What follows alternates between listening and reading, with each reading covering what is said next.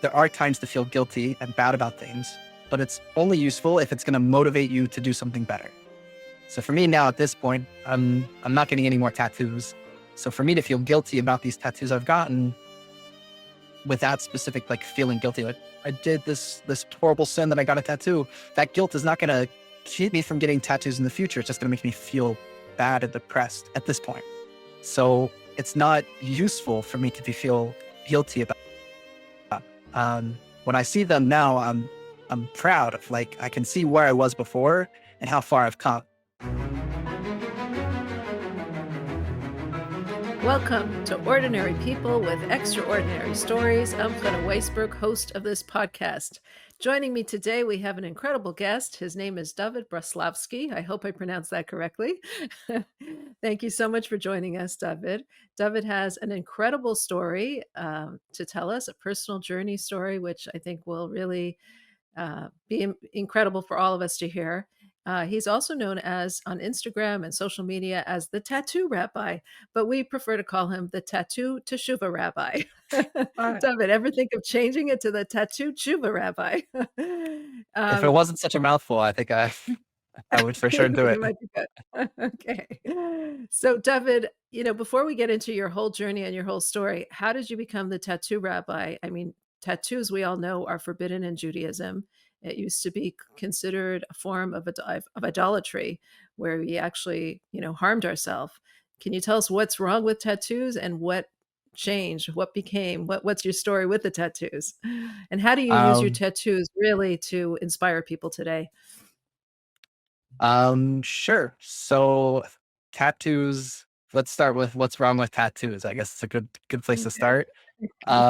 So the Torah says very clearly, and I would think most Jews, even non-religious Jews, have heard that if nothing else, they've heard you can't be buried in a Jewish cemetery if you have tattoos, which is actually a myth to be Right. debunked maybe here, but for sure the Torah says you should not get tattoos, and according to Jewish law, you're not allowed to get tattoos. It's 100% you're not allowed to do it. Um, the reason I have tattoos is because I did not grow up religious. Even though I knew Jews weren't supposed to get tattoos, the Jewish laws and connecting with Judaism on the spiritual level and a religious way as well, according to Torah and things like that, it was not something that I valued at the time. So, or if I did value it, I didn't have the avenues to channel that energy in a kosher way. Like I wasn't Mm. fully aware of everything or appreciated it to its full extent, and so it expressed itself. My Jewish pride expressed itself in some not some kosher ways. I was actually reading last week's parsha. Go ahead.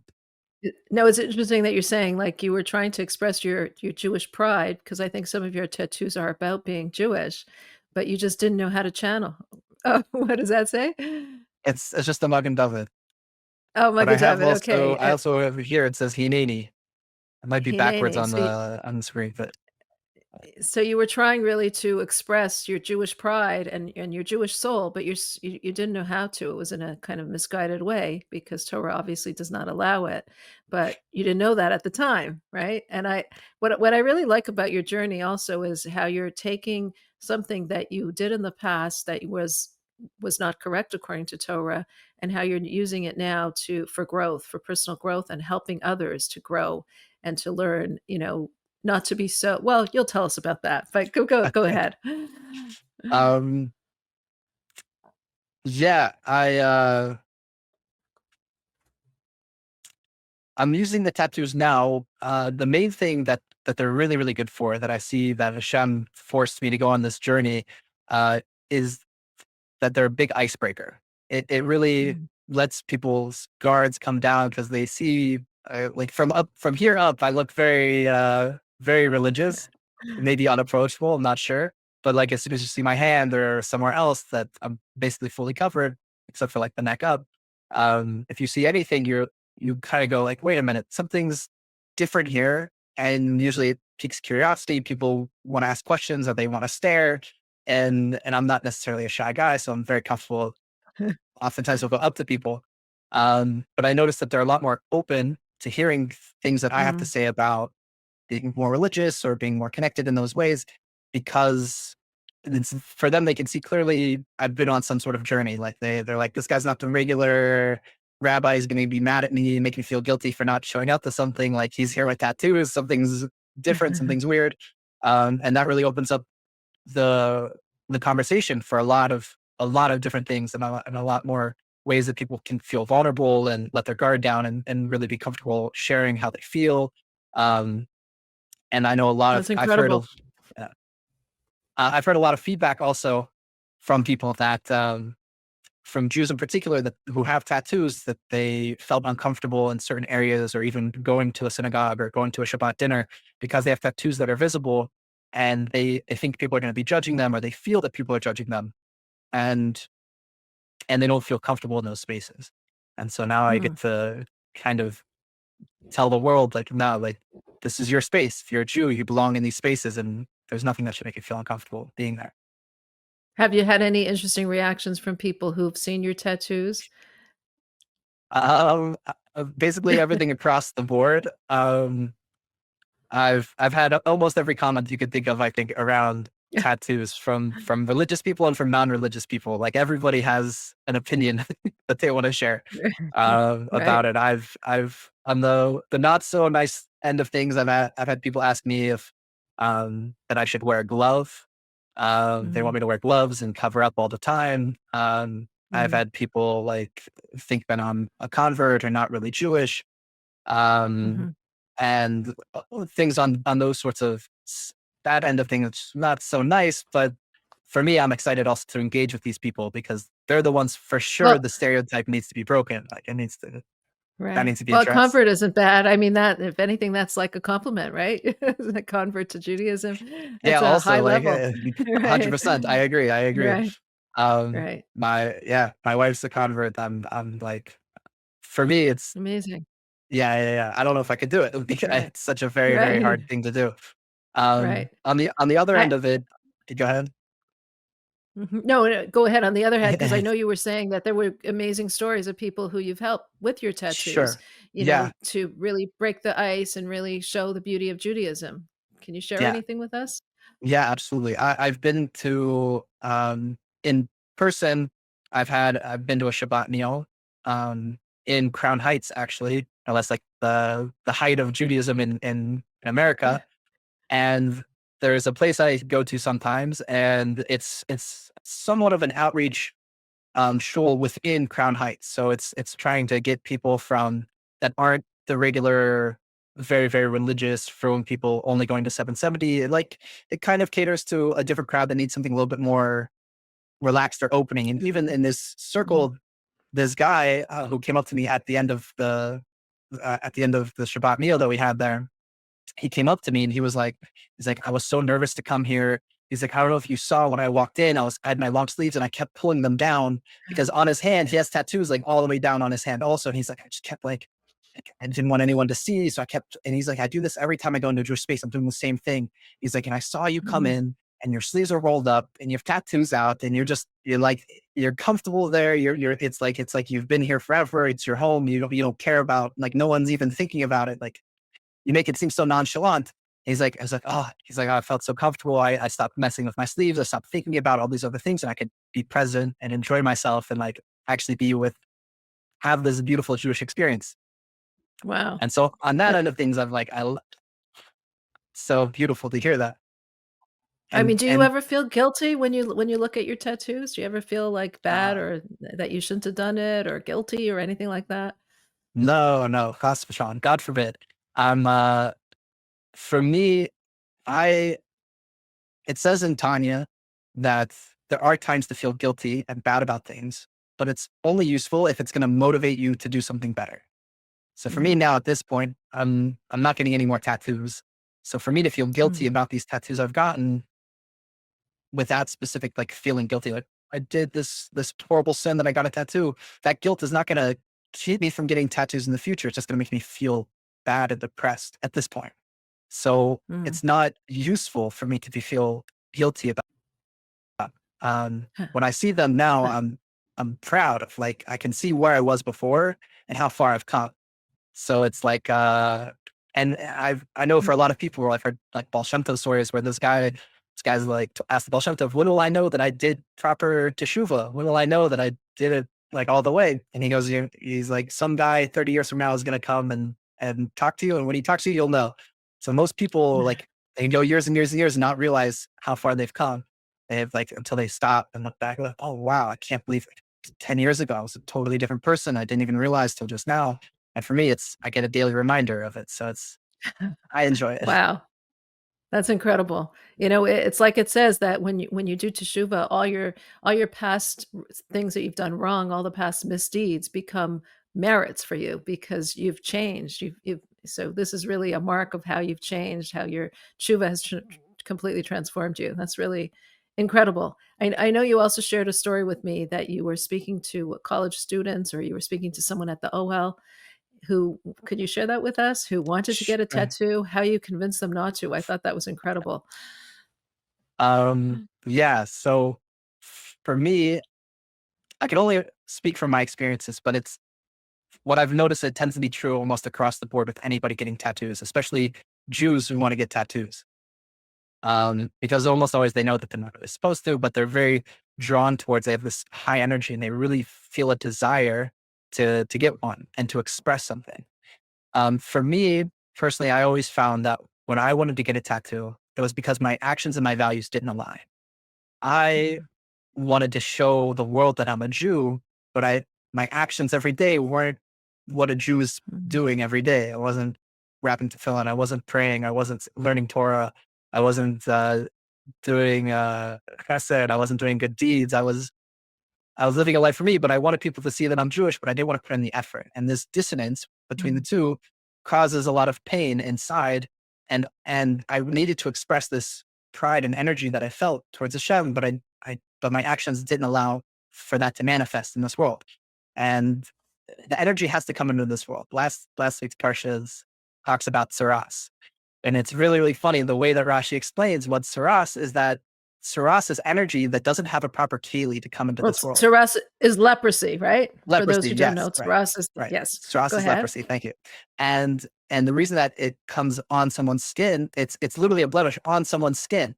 And Rashi explains, this commentator explains that it's because it's energy that needs to come into this world, and it doesn't have a proper way for it to come, and so it comes in a way of a blemish. And I Mm, was like, when I was reading, I was like, I can't believe that. Like, that's exactly what the tattoos are. Is like, it's literally the same. Is that I wanted to express something and I didn't have the way to do it in my everyday life, or I wasn't willing to put in that mm. effort in my everyday life. But if you're crazy enough to, or like radical enough to get a tattoo, something etched on your skin that's permanent, it should be radical enough to like, it's not such a big, it's almost easier to just do something every day. So I was at the OHEL and this guy was like, this rabbi at the OL brought his college students and he said, hey, one of my college, they would love to talk to you. Some of them know you. One of my students really wants to get a tattoo. Can you talk to them? So they're all sitting in front of me and I start chatting. And so I was like, oh, you want to get a tattoo? And he goes, yeah, yeah. I was like, oh, cool. What kind of tattoo would you like to get? Like, what are you thinking of getting?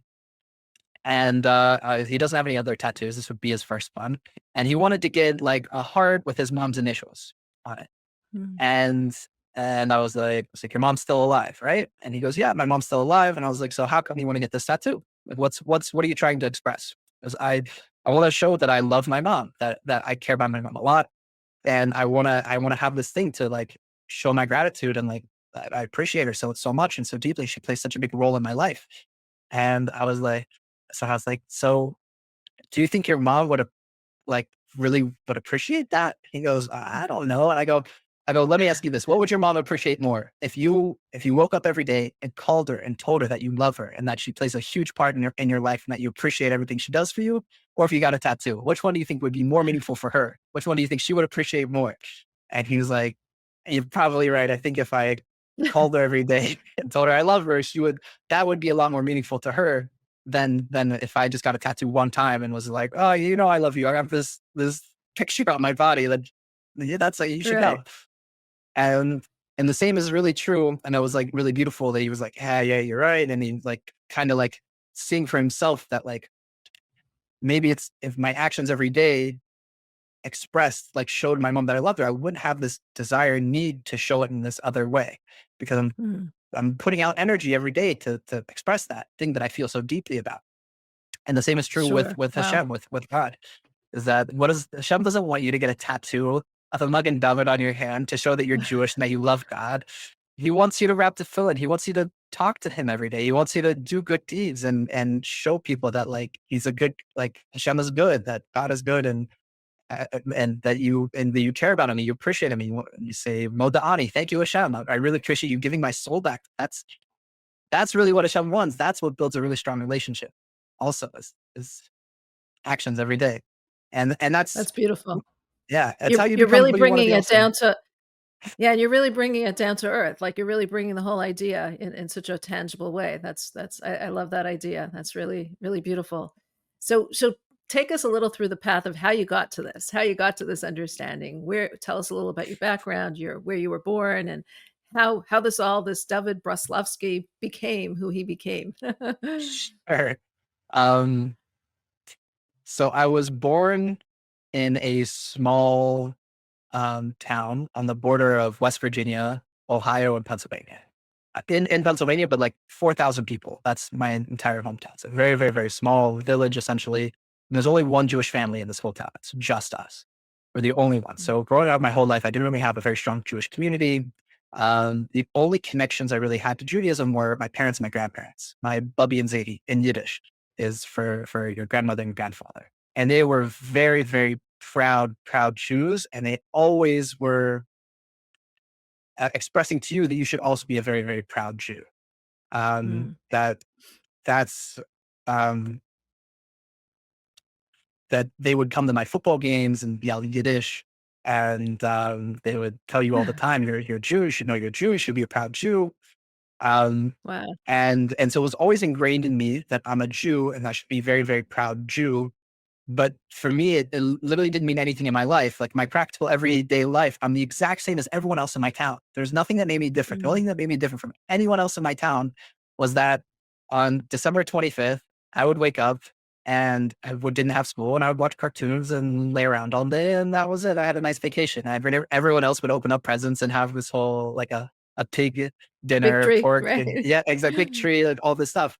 And for me, I was like, that's really the only difference I saw between me and everyone else growing up was that when I introduced myself to people, I'd always say, "Hey, my I would say my non-Jewish name, and I would say, "Hey, I'm a Jew." Like that's literally how it's Mhm. introduced myself, and people would be like, "You're a Jew? You're the only Jew I've ever met." And for a lot Mhm. of people, I was the representation of what world Jewry was. And people, when someone heard of a Jew, they would think of me. I was the quote unquote expert on Judaism and Jews for this whole town, this whole group of people, and this whole friend group that I had. Um, which is like a weird position to be in when every day Right. I don't see any difference between me and them. So it was very And confusing there's growing also up. this dissonance between this pride, this tremendous pride that your grandparents had, but not knowing how to express this pride, right? Or what 100%. does it mean even to have this pride? Right.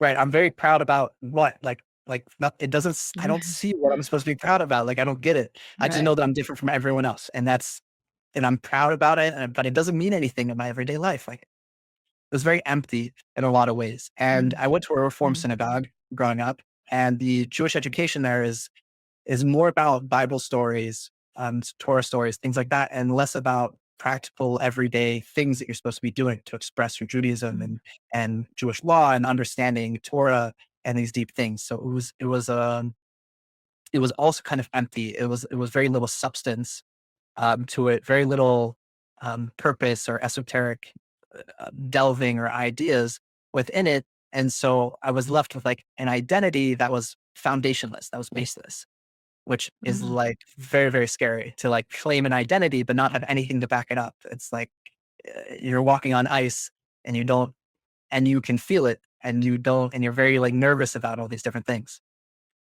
And you have to justify yourself constantly. Yeah, I like how you express that, like, the idea of mitzvot is actually tangibly expressing it. You know, some people look at it as just these empty rituals, but you're saying to the contrary, it was at least could have been a practical way of expressing your Jewishness. Right. And Yeah. when I was 16, I live about 49 miles, 50 miles away from Pittsburgh, which is like the closest major, quote unquote, major city to me with an actual Jewish community. exposure to other forms of Judaism outside of my Reform upbringing. And um, I got into a teen group called Diller Teen Fellows when I was 16 years old. And it was once a month I would drive into the city. I would take like over an hour to get there. In New York, that's just crossing the street. But for us, an hour is like a very long trip. Um, and and there I actually started to have a Jewish community. I was exposed this thing called Dillerton Fellows is a multi-faceted Jewish leadership group. So you have Jews from all different backgrounds. Some are modern Orthodox or Orthodox, some are secular, some are Reformed, some are conservative, all the different labels that you can put on a Jew, they had. And so I started to get exposed to these different takes on Judaism or different levels of like different flavors, whatever you want to call it. And started to see like, oh, I realized right away they did this event one time or a program where you would pick beads. They didn't tell you what each sect of Judaism felt or practiced in certain areas, like on Shabbat or with prayer or with different things. And so, like, one of them was prayer services are in all English. Prayer services are a mix of English and Hebrew. Um, you do Shabbat dinner, you light candles, and you recite Kiddush, and you don't use electronics or like. And it had like lines on different things, and you would pick each one had a color. You would pick a bead for the Mm, one that you thought, this is how I want to do it. This is how what I connect with. And when I picked all my beads, I wasn't a Reformed Jew. Like it showed me that I'm like a conservative or an Orthodox Jew. And I was like, well, mm. that's so weird. That's Interesting. very different. I never like thought about that before. I didn't never saw myself as being anything other than like a Reformed Jew. And I was like, well, and the things that I picked like more Orthodox or conservative things were things that were tangible mitzvahs, things that were like Mm, kissing the mezuzah or Kiddush or like things that were not necessarily learning Torah and prayer, but like things I could get my hands on, mm, or things that I was like, yeah, that's what I want. That's how I connect. That's how I express myself. That's how I learn. Like this is it. This is me expressing my Judaism. Like actually in the real world, like this is mm, what I'm drawn towards. And that trend sort of continued when I was 17. I stopped going to my Reform synagogue. I myself would drive every Friday night as Shabbat, but I would drive an hour into the city just to go to a conservative shul, to mm, have services there. And I started like on that trend. And then when I was in high school, that's when the real big shift started to happen because, and this is where I think if I didn't have this class in high school, I probably would have been like, I would have eventually become an Orthodox Jew, but I definitely would not have become a Hasidic Jew. Now I'm Hasidic, and this high school class is really what helped break that wall into that realm. And that's what really I was looking for because I was getting all these mitzvahs, I was doing more things, but I still felt at the end of the day like there's something missing almost like there's an element of this physical stuff that like I'm not quite connecting to because I wanted a deeper purpose. I wanted to have this esoteric idea of like what's really happening with the energies of the world. So I took a mm, philosophy class my senior year mm, of high school, and I was reading a book called Siddhartha, which this main character in the book I really connected with his journey because he grew up in one community and he learned everything he could possibly learn from all the elders in that community. So he wanted to leave that community and go to some other community that was like passing by, like another set of villagers who were like nomads. So he joined them and he learned everything he could from them. And he still felt like this isn't the truth. I'm still missing something. And so he hopped from mm, group to group to group to group, trying to find what's the truth, what's the emes, what's the truth of the universe, what's really happening with all the energies, the energy flows, what's going on. And in philosophy, I was kind of learning the same thing with Plato. Was talking about a cave where people are chained to a cave and they see this wall in the cave and they think that that's the truth. This is really what life is. And someone gets unchained and they climb out of the cave and they see this whole new world with light mm, and colors and all these things. And they're like, oh, this is the truth. And then they like, so all these ideas of like, oh, okay, so what I'm seeing on the surface level is not actually, I come to this realization that what I'm seeing physically is not really what's going on, and mm. physics will back that There's a up. lot Like more. you, Mm, right, exactly. And this spirituality and purpose of like, okay, so what's the purpose of life? Why are we here? That question kept coming back. Why? Why are we here? What's going on? Why are we here? And I couldn't find the answers in Judaism and mm, the Judaism that I was exposed to. So I thought the answer mhm, wasn't there. It's like, okay, well, it sucks that like my Jewish upbringing doesn't explain this to me.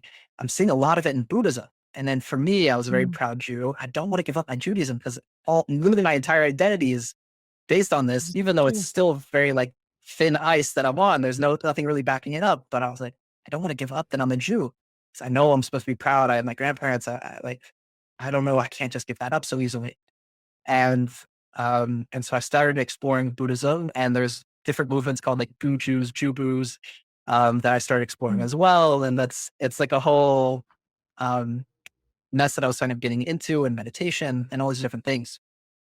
And and when I got to college, I was kind of on this path and looking for deeper meaning and purpose. And a lot of college students, I think, fall into this category 100%, trying to figure out what am I supposed to do with my life? Where do I Mhm.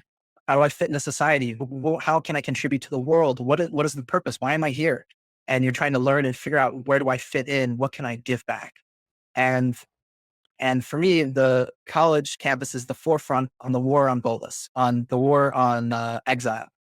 Like this is literally like people that are thirsty for meaning and purpose and drive and something that they can connect to and be a part of. Something that's bigger than themselves, that really is found across the board. People in college are really craving that more than in high Mm. school, more than in what young professionals. This is like prime time. People are like, I want something to cling on to. And That stage in life also when you have that mm, energy to really do something and make a difference, right? right, And you wanna 100%. do something with your life. Yeah. Yeah. And I was no different.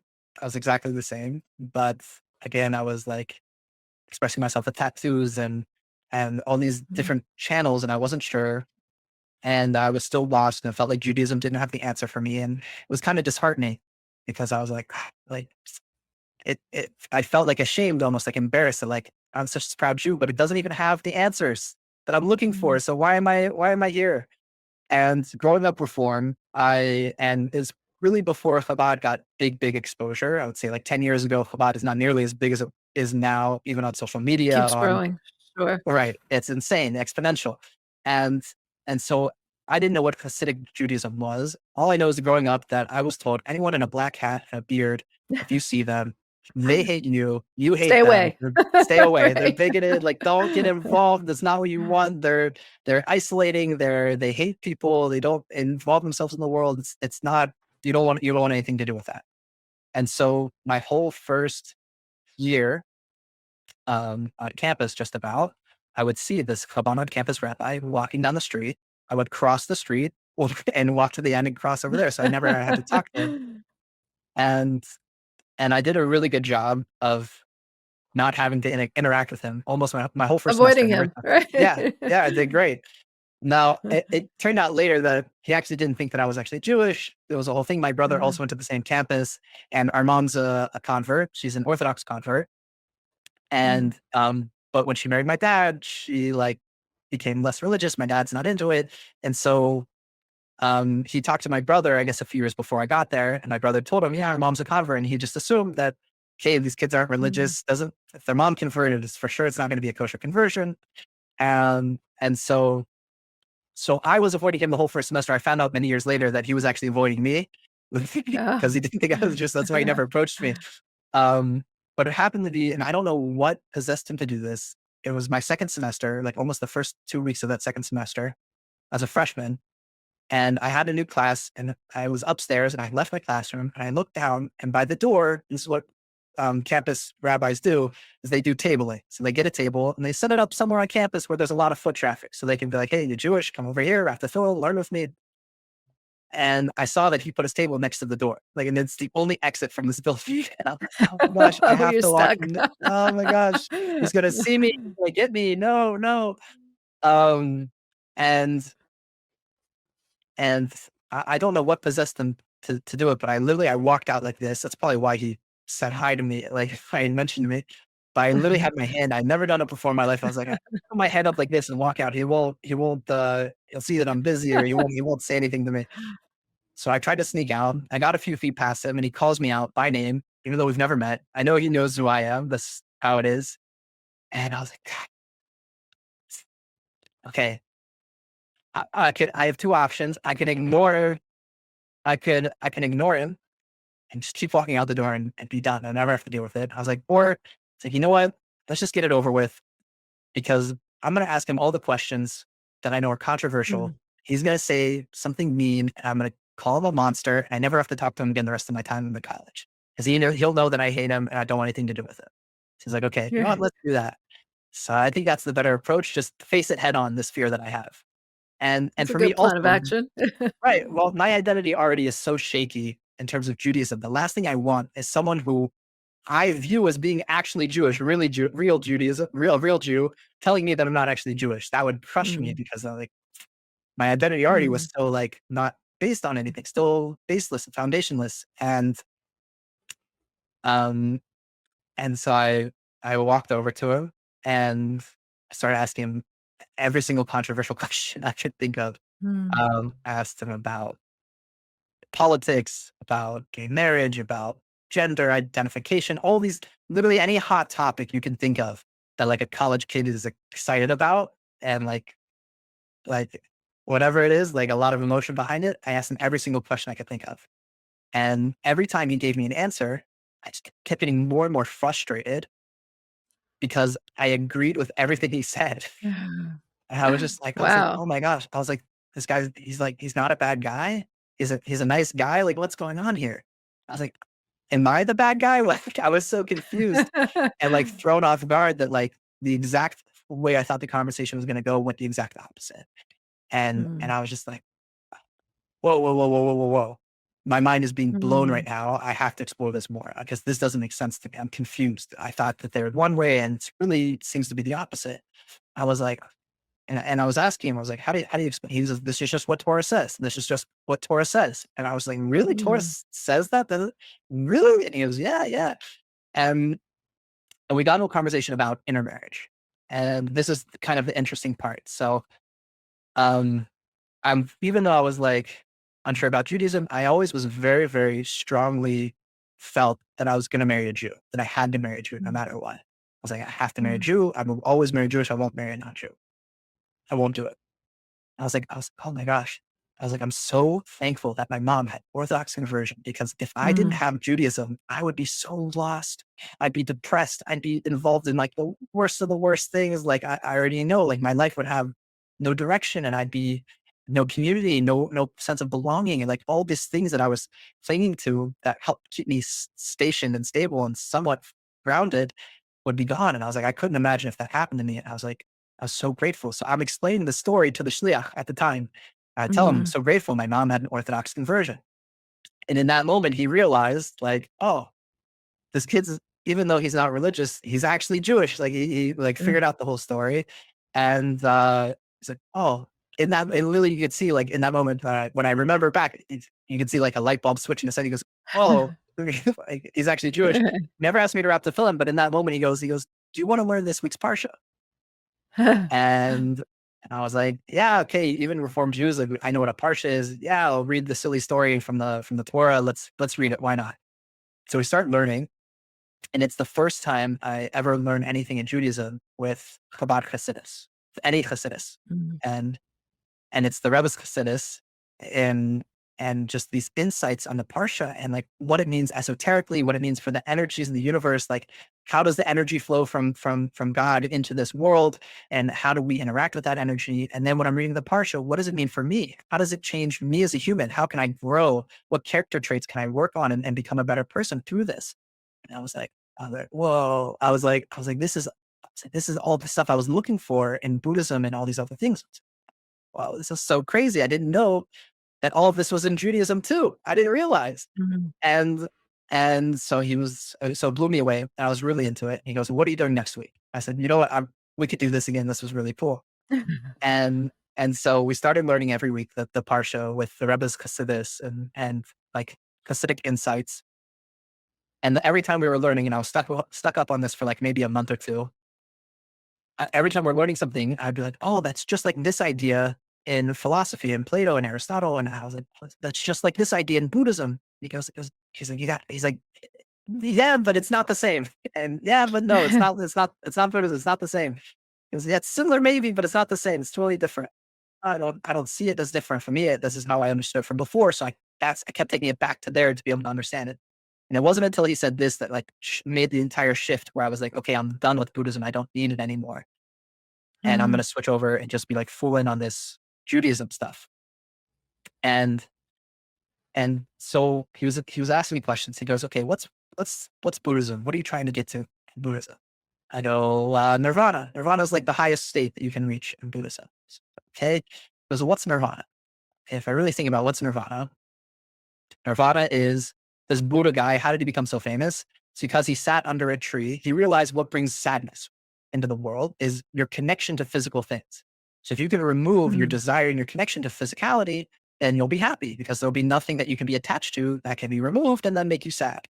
So if you don't have to be attached to your relationships, your friendships. You don't have to be attached to your shelter. Doesn't matter where you're sleeping. You don't care. You don't have to be attached to food. You could eat nothing. You could eat dirt. You'd be happy. You don't have to be attached to water. No desire. I can abstain from it. And that's what Buddha did to reach nirvana. He sat under a tree for a week, and then he reached nirvana. What happened? His soul expired because if you don't eat and drink for a week, you die. Right. so, so he was like, so what's nirvana? I go, well, I guess it's like, what's true happiness? Like, if you really think about it, in Buddhism, what's being happy is being dead. The only way to be Mm. happy is if you're dead, because you have to Mm. get rid of being in this world. You don't want to be in this world. And he goes, nirvana is the realization. Buddhism is the philosophy or the realization that everything is nothing. Now, he didn't tell me it was wrong. He didn't tell me it was false. He actually said the opposite. He said, even if both are true, if Judaism is true and Buddhism is true, what is Buddhism? And they could be on the same like spectrum of truth. One's on this side, one's on this side. He goes, Buddhism is everything is nothing. That's the overall idea. Everything is nothing. So what's the overall idea in Judaism? Everything is one. Holy. Yeah, everything is holy. Everything is one. Hashem Elokeinu Hashem Echad. So he's Right. like, if you had the choice, even if both are true, if you had the choice, and everything is nothing, and everything you do is meaningless and nothingness, or everything you do is so wholly connected and involved in spirituality that it's literally connected and it is godliness. It's not even spirit, it's not physicalness anymore. If you can get so involved in the material world in a conscious way that it no longer becomes physical, that it becomes spiritual. It's like if you had those options, what would you choose? Mm. I was like, I don't want to die. So this is for me a much better This is choice. cool. Let's make it holy, right? Let's make the Yeah, world holy. exactly. Yeah. Let's And make a now, material reality exactly. elevated. Absolutely. And that gives you your purpose and your whole point of being here. And it's not that I Mm. have to get away from this world. It's the exact opposite. I have to be so fearless and brave to engage in the lowest of the low in order to bring out the holiness of it, in order to bring Hashem to that spot. Mm. Wow. Be a That's lamplighter, incredible. So that Yeah, was like lamplighter. that was the initial like, oh, this is it. And then my journey after that was became a lot more radical or like a roller coaster. This was just like the build up to the top of the first hill on a roller coaster. And I Mm. think for many Balchuvas, for any people who become religious or who grew up religious and then become not religious, there's this there's this up and down. There's a heartbeat to living. You have ups and you Mm. have downs, right? So it's the heart monitor is always going up and down. And for me, the strength and my being so dedicated and into Judaism now came from years that followed, probably 3 or 4 years that followed this revelation of everything is one. Because after my freshman year, my rabbi said you should go to yeshiva. You should get like really exposed into what's being a religious Jew. I said no, it's not for me. It Mm. happened to be in that year that my Yeshiva, which is in Jerusalem, highly recommend. They were doing a program with Onward Israel where, because for me, in my mind, I was still stuck. And this is, I think, for a lot of college students, they're stuck on, I have to get internships. I can't go sit in yeshiva and learn because if I don't have experience, no one will hire me. And the more involved you Mm. get with the Jewish world, you realize like a lot of people are learning on the job and you can get people will help you out. If you're involved in the Jewish community, people are going to help you find what you're good at. You're going to and Mm. help build you up. So no matter where you end up, no matter what degree you get, it could be you can end up anywhere doing anything. It's all up to God. So, Mm. um, I was like, I'm not going to yeshiva. I need to have an internship. Happened to be that year onward partnered with my note that the first 2 months here in Israel, you're learning in yeshiva full time. And the second month and a half to 2 months, you're going to do an internship in the morning and yeshiva at night. And that's the seder. That's the order. That's the schedule. And they have since stopped doing this program. Onward has disassociated. They refused to do any more programs with 9.0 like that. Um, because what kept happening year after year is that a lot of the majority of people would come, they would sit and learn in yeshiva for 2 months. They would do one day in their internship and they would say, "This is terrible. Why would I do this? I can sit and learn all day." And they love learning so much that Wow. they just didn't go to their internship. And so Onward was like, I can't do this anymore. Wow. And people would Amazing. just stay in Wow. yeshiva full time. And I was very lucky. I was working with a religious couple. I was doing like some computer programming and some marketing research for them. And they encouraged me to not come into work many days, to just sit and learn the whole day. And it was really, really beautiful. And I got really, really jazzed up and fired up about being a Jew. And and so I was like, strong, yeah, I love being Jewish. But I made a promise to my mom. I love my mom and I express it in actions every day. I don't have a hard tattoo with her That's initials. interesting. Right. So I promised her I would go back and finish college. Mm, So I said, okay. After the summer ended, I went back to college. And when I went to college, I got my first pair of tefillin from 9.0. I had a pair of tzitzit. And when I came back, I was like, I'm ready to keep everything. I was like, I've been to yeshiva, now I'm mm, an expert. I know more about Judaism than everyone else in my family. Like, I'm ready to go. And so when I came back to campus, I was like, I want to be Shomer Shabbat. I'm going to keep the Sabbath. I want to be Shomer Kashrus. I want to keep kosher laws. I want to be Shomer Negiah. I'm not going to touch women. Like all these things, like antithetical to the college experience. Literally the exact for opposite of sure. what everyone in college is doing and wanting from you. Even they expect you to be involved in those things. And and I'm going to grow my beard and I'm going to start wearing a kippah. I'm not going to be embarrassed to wear a yarmulke around. And and so I started doing all these things, and I realized very quickly that it's a lot harder to do that when you're the On only your own. one doing it. Yeah. Sure. And For and sure. I felt exactly like I did back when I was in my hometown growing up. I'm the only one. I'm Mm, so different. No one else is doing this. I'm alone again. And it felt worse almost because now I had this expectation of myself that like I know what's right and wrong. And I started mm, feeling guilty constantly mm, because what happened very quickly after a few months of trying to keep all these Jewish laws and being in an environment where and not having enough background to really be strong enough on my own about it, to know enough about it. I was only in yeshiva for 3, 4 months. That's nothing. It's literally nothing. You don't know mm, anything. You're just excited about being Jewish. And then you get mm, thrown back in this place where no one knows anything about Judaism and they want you to not do what you're doing. And so I left this brotherhood and I'm back on campus. And the campus rabbi can only do so much. Every morning I would wake up 5:30. He would pick me up in his van. We would drive to an Orthodox shul with a mikvah, and we'd wrap the felon, and then he would drive me back to campus. And that's what I do most mornings. wow. And then Shabbat, I would go hang out with him on Shabbat, and we would walk to shul together on Saturdays, and that was like what I was doing to stay involved with Judaism. But here's the kicker: when I was in shul, when I went to mikvah, I wrapped the felon, I'm davening in shul with him. Only thing I can think about is getting back to campus so I Mm, can eat my treif, I can eat my non-kosher bacon and eggs. mm, I can hang out with my non-Jewish girlfriend. I can mm, play video games and get mm, involved with all the other stuff that I wanted to do. So the whole time I'm mm. praying, I'm feeling like guilty because I was like, this isn't Sure. who I am. I'm not the person who prays. This is not me. It's not really what I want. What I want is to be back eating, doing all this non-kosher stuff. Having a That's really what I want to do. I have a very strong desire for that. So I was like, this isn't me. I'm lying to myself and everyone else who's here. They all see me. They all think mm, I'm religious. I don't think they thought I was religious. I'm covered in tattoos. I can like t-shirt and shorts. But in my mind, I was like, they see me as religious and I have to show that I'm religious here. But like, that's not really who I am. And then I would go back to mm, campus. The first thing I would do is my bacon and eggs, hang out with my non-Jewish girlfriend. And the whole time I'm doing that, I feel guilty also because I know I'm not supposed to be doing this. I can't believe I'm right. doing this. I shouldn't be doing this. And so I was feeling guilty on both sides. And I just kept beating myself up, beating myself up, beating myself up. And I fell into a deep depression. And it was very, Mm, very hard for me to like be reconciling because again, it all comes back to this dissonance between my actions and my values. mm. Sure. what did I value? What do I really, really value? I really value Judaism and Hashem and Jewish law. And when I was in yeshiva, I felt it and I clung to it and I loved it. I was like, this is really where I'm happy. This is where I feel purpose and drive and community and safety and like home and hugs. And when I'm out here, I don't feel that, but I have these other short-term desires that I'm fulfilling and it feels nice in the moment. And then when I go to sleep at night, I feel empty. Like I feel like I'm not really Right. fulfilling and what did I do with my life today?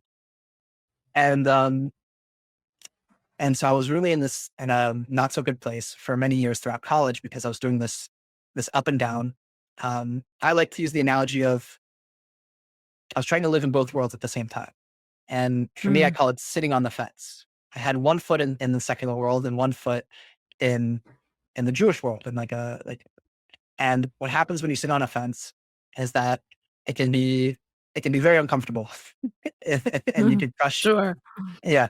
So that's the analogy I like to use is like if I had one foot in one world, one foot in the other world. So some people would say, "But you were doing Jewish things, so that's good that you were still getting in, you're still being involved." I said, yeah, but the way I was torturing myself, it would have Mm, been better if I had just chosen to be fully secular until I was ready to until I was making those steps slowly to get over on the other side where I really wanted to be. mm, But because I wanted to be mm, fully in both worlds at the same time, which you can't do, it doesn't work. You crush yourself and you literally get mm, split right down the middle and it does not feel comfortable. It hurts. And emotionally and in your head, it can't go quiet. And um and I was really, really a mess for a long time. On my breaks from school, like a summer break and winter break, I would go to Morristown Yeshiva and try to learn there. But mm, it's a very different vibe from Mayanot. So for me, I was like, I mhm, thought Mayanot was like really what yeshiva's like. I went to other yeshivas. They weren't the same, and it wasn't quite the same vibe that I was looking for.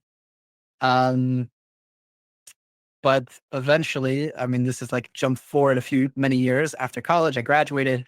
Eventually, I was living in San Diego and I was living with my non Jewish girlfriend at the time and living my best materialistic life, being on the beach every day and whatever, all sorts of other things and drugs and whatever, any like physical thing and non kosher food, any physical thing you could think like would be enjoyable in life for like a young 20-year-old.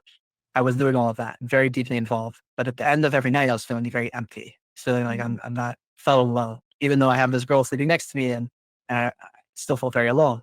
And someone reached out to me from Hadar Torah Yeshiva in Crown Heights, and he said, "Hey, what was the last time you were in yeshiva?" A friend of mine who I had met before. I said, "It's been a while." And at the time, um, my non-Jewish girlfriend, I told her I would like to marry her, but I will only marry her if she's Jewish. So she started going through conversion classes and she started learning a lot about Judaism. And 2 months in of her learning, she was teaching me things. And it scared mm. me like no other. I was like, oh my gosh, I've been to yeshiva multiple times.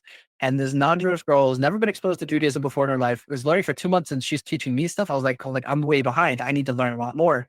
And so when this guy called me up, it happened to be like right at around that time. And so he's like, "When was the last time you knew yeshiva?" And I was like, I need to go wherever it is. I'm ready. Like I need Mm. an extra bump of Judaism and knowledge." And I went to this yeshiva, and it was an amazing experience. I loved it. And the mashpia, like the spiritual guide of the yeshiva, towards my last day on my trip, there was like a 10-day trip. He goes, "You're going to come back and learn with us full time." And I said, "No way." I was like, "Do you know Mm. my materialistic life that I'm living in San Diego on the beach? It's beautiful. Why would I leave that for this cold New York weather? You're crazy." And he goes, "Let me ask you, are you gonna marry Jewish?" I said, "Yeah, of course I'm gonna marry Jewish." And he goes, "Are you gonna have like raise your kids Jewish?" And I said, "Yeah." "You gonna give them Jewish education?" "Yeah." He goes, "Let me ask you, they're gonna learn Gemara, the Talmud." I said, "Sure, why not?" And he goes, "When they bring home their Talmud from school, are you going to be teaching them Gemara? Or are they going to teach you Gemara?" And I was like, "Oh my gosh, how did you know that that's why I wanted to come to yeshiva?" It's like, I didn't want my family to be teaching me. I want to teach them. And so after that, I was like, okay, I think I need to make the decision to be in yeshiva full time. And I Wow. did. And, and my non-Jewish girlfriend was not ready. She did not sign up for me to be on the other side of the country learning in yeshiva full time. So we broke up and I was kind of full in after that. And Wow. maybe we'll do a part two at some point, but there's Right. a lot more Wow. things. Wow, that's Yeah. incredible. So, when you look back at your journey, is there any advice that you would have given to your younger self at this point? Um, hmm, Stop feeling so guilty. Mhm, Take it mhm. easy. Stop feeling so guilty. And what advice would you give to other people on this journey? Like, what would you say to college students now? What would you advise them? Um, sure, the answer you're looking for is not in the classroom. You're not going to find it in a textbook. It's probably going to be in a Torah book. Oh, wow. um, you're going to find community and love and home and non-judgment in the Jewish community, and know that that's your home, your family, and across the world they're there to support you and help you and love you. And take it easy on yourself. Don't be so hard on Mm, yourself. You don't have to do everything all at once. It's never too okay. little. It's never too late. So That's that's beautiful. That's really yeah. good. Is your what was the reaction of your family? Are your family, like, okay with your being the way that you are now? Now, 100%. In the beginning, it was a little bit more rocky. They saw it as like a phase. I'm a radical guy to begin with, so it was like, they're like, "Oh, you're just doing it for a week, and then you'll be back. It'll be different." And it wasn't until like I actually made these long-term changes. They're like, "Okay," they accepted it, and they're happy with it. And I've it took 10 years. I've been now on this journey for 10 years, and my mom's just now in the past year. My brother is wrapping tefillin every day. That's this year. He just Wow. started wrapping tefillin every day. Decided on his own that he wanted to get tefillin. He was inspired, and he's wrapping tefillin every day. My dad goes to Torah classes twice a week and is very involved with a local Chabad house. He never was before. And my mom lights Shabbos candles every week. So it's and that's also just started happening this year. Like so it's Beautiful. I'm not in it for them. I was always in it for me. And you have Right. to in the beginning I had a hard time because I wanted them also to be like religious and wrap to fill in and do all these things. And I found it very quickly like you can't force anything on anyone else. Do it for you. And when I was fooling on myself, that's when they started to get affected by it. When I stopped trying to change them and started to change myself, that's when everyone else around me started to be inspired and get changed. Which is a lesson in its own, right? Just worry about yourself and not everyone else around you. Wow. What Make are your your uh, Go ahead, make your uh, what? make your Daladamos, make your bubble. If you can make that Gan Eden, if you can make that Mashiach, if you can perfect this area and make it better every day, make it just a little bit better, then everything else outside is going to have a ripple effect. Everything will be positively changed. Beautiful, beautiful message. What are your thoughts for the future? Any hopes, dreams, goals? Yeah, a lot of them. I'm right now writing a bunch of children's books. I would like to get those published. I'm trying to open up a Chabad house here in Israel for English speakers. I want to Mm, start a preschool. I want to start a kosher fitness facility and sports facility, and a few other things along those lines. I have a tzitzis campaign that I'm trying to start. The Rebbe had all his 10 campaigns that he did, and tzitzis was never a part of it. And I live by the beach, and so I'm doing a lot of tefillin wrapping on the beach, and a lot of people don't have shirts, and they're like, oh, I had a bunch of times they won't want to wrap tefillin shirtless. They'll go and they'll grab a shirt and come back, and I was like, yeah, really good if I could just give them a pair of tzitzis. Now they have an mhm. extra mitzvah, and they're gonna take it home with them, and they'll have it forever. And it's like that's a huge thing. It's not just like a one time wrapping to fill in. They're gonna have this for every day of their life.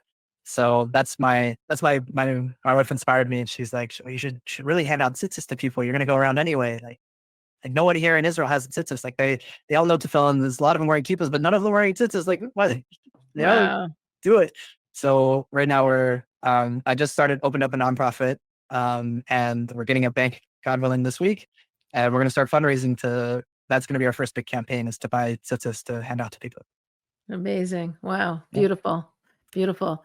David, thank you so Thank you. much for sharing your journey with us. It was an Thank you. incredible story. What an incredible ride. And I love how you explain that growth is not like a solid line up. It comes with ups and downs, but the point is just to keep going. And you certainly did that. Thank you so much for your journey and for sharing your journey. And we wish you tremendous success in all your Thank you. future beautiful, beautiful things that you're working on. Thank you. Amen. Thank you. Wow, there were so many parts to that interview with David Braslawsce. So many parts of what we can learn from on our own journeys to growth. I love how he says that it wasn't like a solid line upwards, because so often we imagine things are going to be just straight up, but there's always ups and downs, and it's in those ups and downs that we really become the people that we're meant to be, and we cement our ideas. We become stronger in our ideals.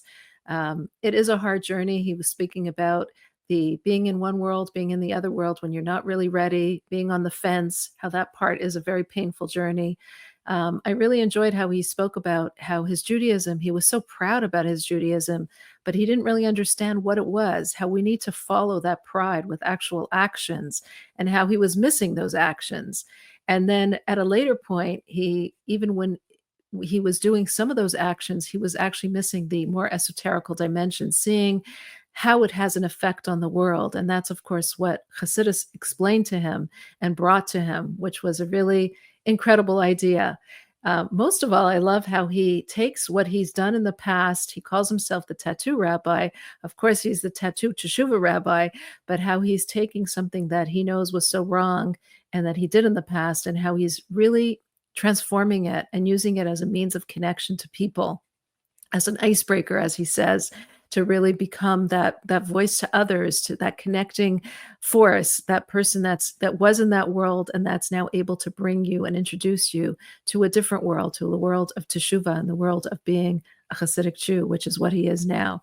He has a lot of dreams in store for the future, and I really wish him tremendous success in doing all those things. Those are all great, amazing goals.